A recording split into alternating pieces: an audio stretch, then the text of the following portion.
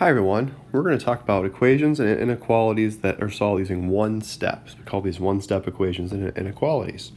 So what we're going to do is we're going to try and get the variable by itself to solve the equation. We're going to look for, in this first one, the value of x.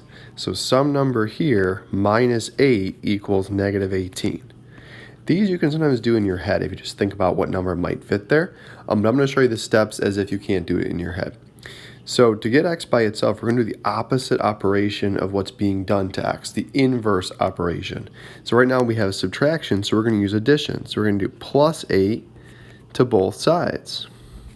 That will undo the minus 8 and make 0, giving us just x on the right side and negative 10 on the left side. So the number that makes this true is negative 10, and that's our solution. It works for any letter. So that was x, this is the letter D. The variable could be any letter of the alphabet, doesn't make a difference.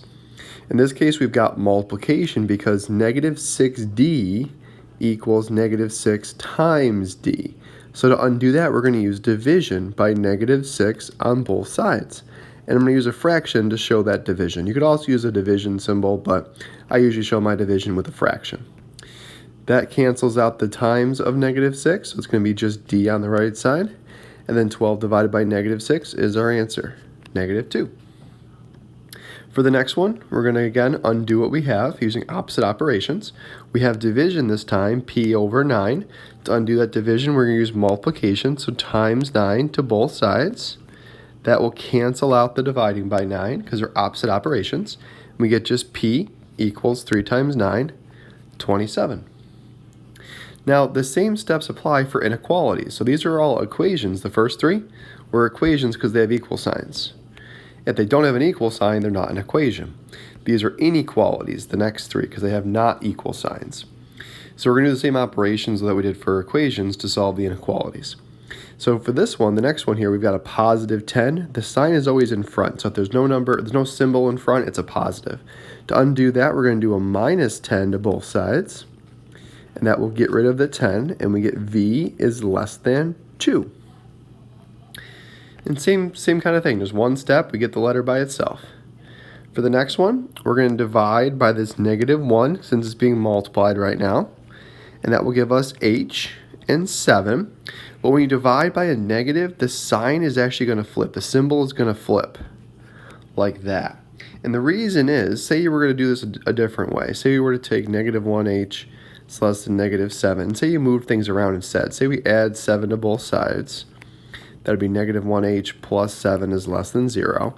Then we add the 1h over. You would get 7 is less than 1h, or 1h is greater than 7, which is the same thing.